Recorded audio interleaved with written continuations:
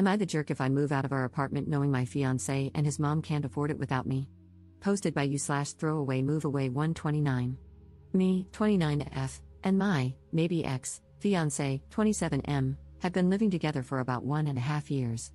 My fiancé got his undergraduate degree, worked for a couple of years, and then decided to get an MBA, which is how he ended up in our city. We moved in together after he finished his MBA program. My fiancé is from the Midwest, and his mom has always wanted him to move back. When he told her he was staying here, she was heartbroken. I went to college and got my degree in a STEM field. After I graduated, I got a job with my current company and moved to the city where we currently live. It's a big international company with multiple locations in the US and abroad. I love my job, I like the company I work for, and the pay is pretty good. All in all, a pretty good deal. During COVID, my office shut down, and we all went remote. After COVID, they decided not to reopen this office, so I've been 100% work from home since early 2020. I currently make considerably more than him, mainly because I've been working for 7 years and I'm in tech. I had been living by myself in a 1-bedroom apartment and had my office set up in the living room since it was just me. When we moved in together, we decided to get a 2-bedroom apartment so I could use the extra room as an office. Because of this, I was paying 2/3 of the rent, and he paid 1/3. We split everything else 50-50. The problem started this past May. My fiancé's mom told him she wanted to move to our city to be closer to him. She asked if she could stay with us while she looked for a job and got settled. She's a teacher, so she figured she'd be able to get a teaching job pretty quickly. Because of that, I didn't really mind her staying with us, as I figured it would just be for a couple of months over the summer. Since I thought it would only be for a short time, I moved my office into a corner of our bedroom, and my fiancé bought a bed to put in the second bedroom. The problem is she never applied for any teaching positions and has been living with us for 6 months now. She and I have really been struggling with each other since she moved in. I can't make her understand that I work full-time. She constantly interrupts me while I'm working, which is bad enough, but she even interrupts when I'm on Teams calls. She always asks me to take her places because she doesn't like to drive in our city. She has pretty outdated views on gender roles and constantly gives me a hard time for not doing more around the house and for making my fiancé help with chores, do his own laundry, etc. The constant criticism and insults are really wearing me down. And I hate having my office shoved in a corner of the bedroom. Back in September, I told my fiancé that since it looks like his mom is going to stay a while, we should split the rent 3 ways. He told me she can't afford that since she has to conserve money until she gets a job. I told him I wasn't happy paying extra for a bedroom I can't use, so he finally agreed to a 50-50 split. I can afford to pay the extra, but I hate the idea of funding her lifestyle. Every time I complain about her or the situation, he says he agrees but doesn't know what to do because he can't kick out his mom. And he won't talk to her about the way she treats me or how she behaves. When I ask what the long-term plan is, he just says he doesn't know. I've thought about giving him an ultimatum to tell her she has to leave, but I think he'd just end up resenting me for essentially putting his mom on the street. One of my girlfriends is losing her roommate at the end of February. Our lease renews on June 1st. I'm very strongly considering moving out of our current apartment and moving in with her. I can afford to pay my part of the rent on our current apartment, and also half the rent at my friend's apartment. It's not ideal, but I'm not a big spender, so it's doable. The issue is, if he and his mom aren't able to pay 1/3 of the rent each, there's no way they could cover the whole thing on their own. But I can't live like this anymore, so I'm pretty sure this is what I'll do. I just wanted to see if people thought I'd be the jerk for leaving them like this. Update 5 days later. I posted here last week about the situation I'm in, living with my soon-to-be ex-fiancé and his mom. I started off trying to reply to everyone's comments and keep up, but honestly, I just got completely overwhelmed with all the responses. First off, I want to thank everyone for their feedback and comments, even the ones that were kind of harsh. Actually, probably especially the ones that were kind of harsh. I really needed some tough love to make me realize that I was letting my soon-to-be ex-fiancé and his mom take advantage of me. The more comments I read, the more pissed off I got. Honestly, I think I'm more pissed at myself for allowing this to happen and not advocating for myself more.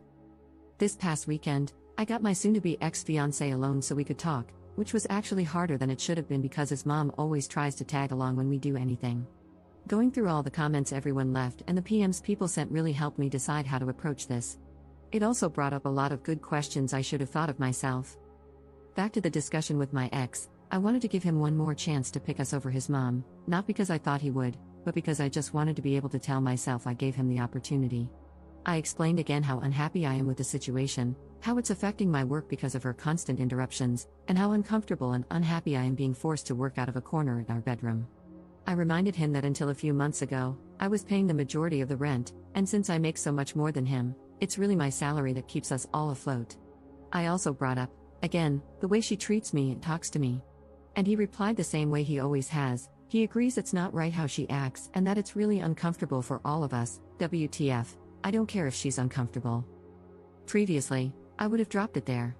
But this time, I told him how angry and disappointed I was that he let me pay for 2/3 of the rent when she first moved in and how unfair it is that I'm still paying for half when there are 3 people living there and she is the only one with her own bedroom. His response was the same: she has to conserve money since she doesn't have any income currently. Which brought up the question, where did all her money go when she moved? What money does she use for incidentals? Evidently, when she got divorced, she asked for the divorce after my ex went off to college. It doesn't sound like her husband/ex's dad wanted the divorce. His dad bought her out of the equity in their house. My ex had no idea how much that was or how much is left. But until she moved here, she was working full-time as a teacher and living in a small apartment, so she shouldn't have had to tap into the divorce settlement money much. Other than that, my ex didn't have much insight into her finances beyond what she told him, that she has to conserve money. I told him straight up that I'm moving out before the end of the month. And from now on, I'm only paying 25%, as some commenters pointed out. She has a whole bedroom while I have to share with a man-child, so she should be paying twice as much. After I move out, I'm not paying for anything else, no utilities, no food, nothing other than rent.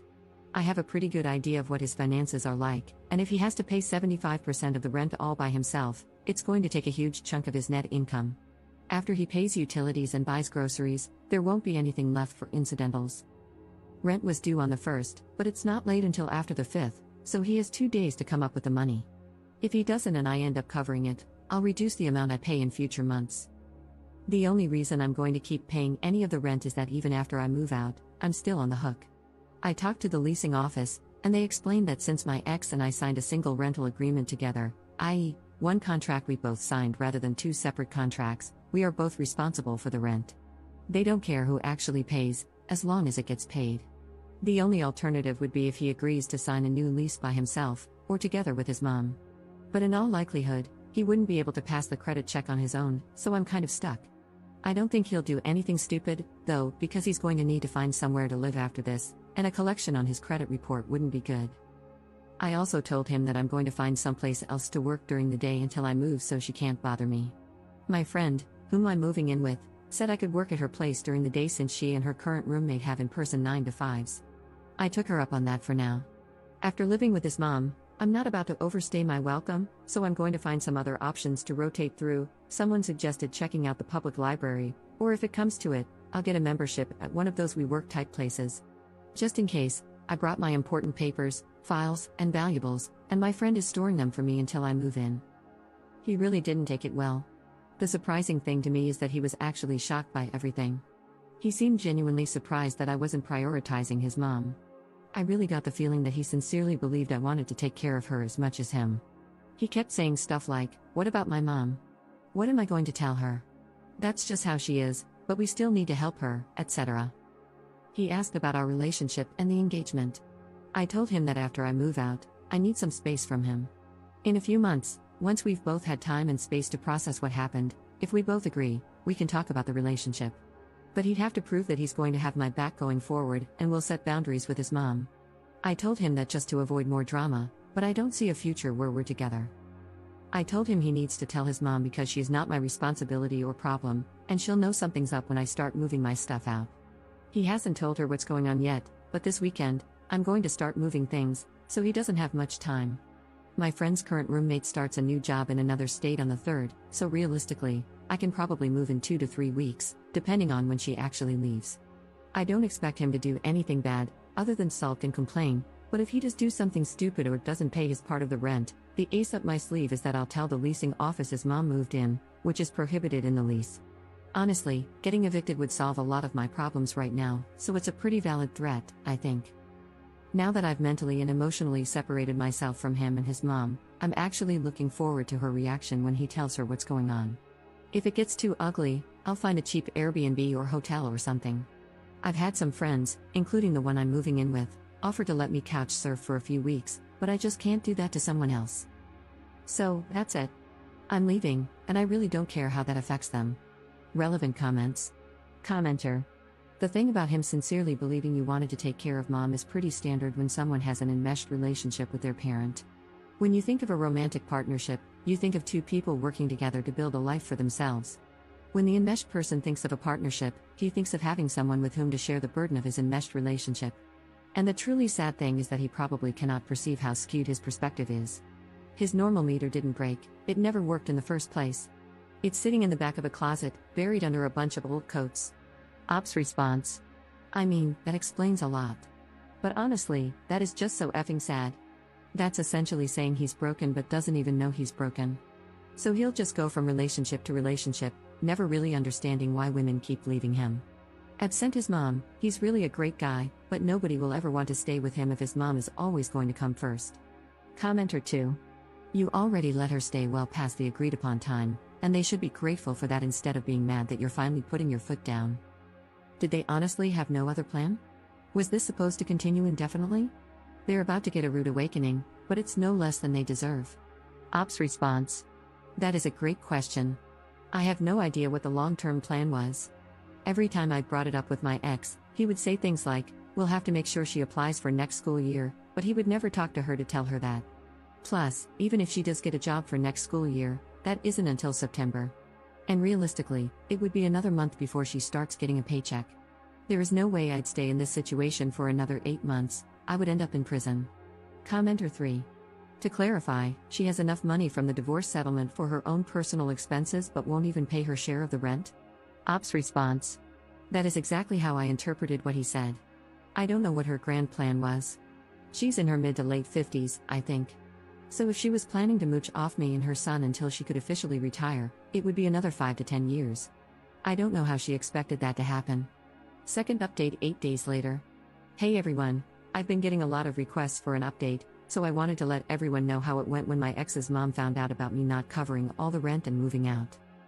Last week, I started working out of my friend's apartment, the one I'm moving in with, so I didn't see my ex's mom on Monday.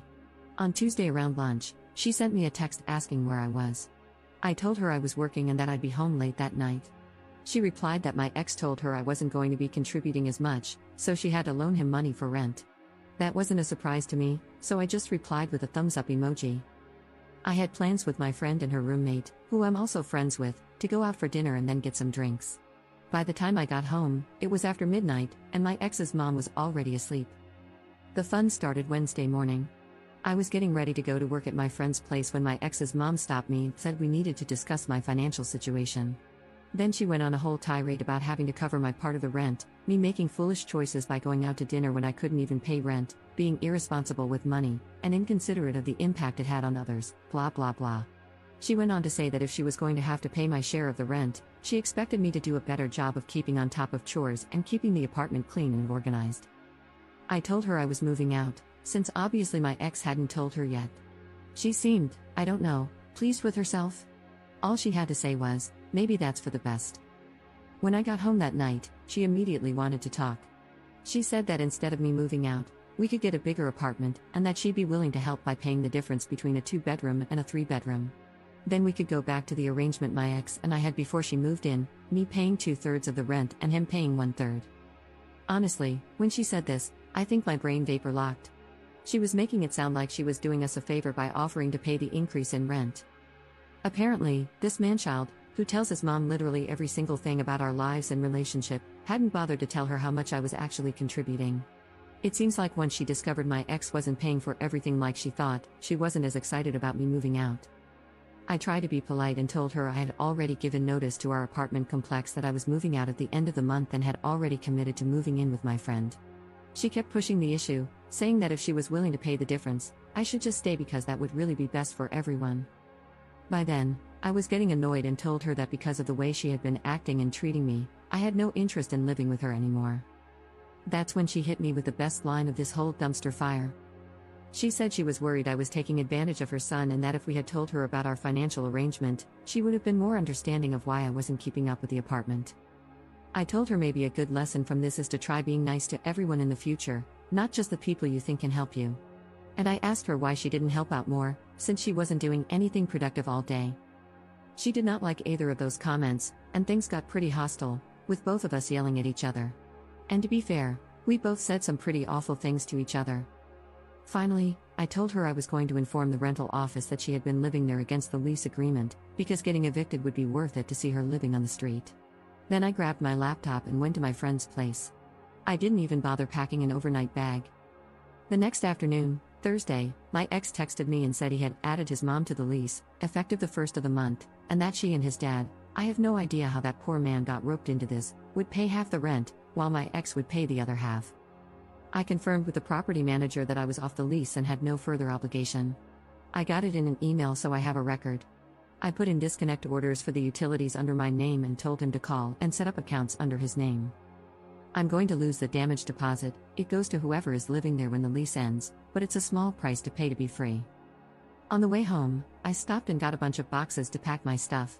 She was pretty hostile when I got home, and when she saw how much I was taking, she got worse. I ended up taking Friday off to finish packing, and on Saturday, I got some friends to help me move my stuff to my new place. I'm going to pay my friends some rent for the next 2 weeks until their current roommate moves out. They didn't want me to, but I'm not going to stay in someone's home and not contribute. If nothing else, living with my ex and his mom taught me that. Last night, my ex and I got together and talked for the first time since Saturday. He said his mom is staying until June when the lease is up, and then she's moving back to their hometown. According to him, she just really didn't like living here, and that's why she didn't try to find a job. Then he asked how long of a break I thought we should take. A few commenters gave me a hard time for stringing him along, so I was brutally honest and told him I could not be with someone who allowed others to treat me the way he allowed his mom to treat me, and that I hoped he learned to stand on his own and establish some boundaries. He looked like he was going to cry and just got up and left. As far as I'm concerned, this whole thing is over and done. I'm going to call it a learning experience and be glad I found out how awful my ex's mom is before we got married. The thing that amazes me is the amount of damage this woman leaves in her wake and how utterly oblivious she is. She destroyed our engagement and relationship, is leaving my ex in a much worse financial situation, and pushed back her ex-husband's retirement, by who knows how many years, since he now likely has to pay off the mortgage, or second mortgage, he had to get to pay her half of the equity. And she made my life hell for 6+ months. And yet, she's walking away completely unscathed. According to my ex, she's going back to her hometown and picking up her old teaching job.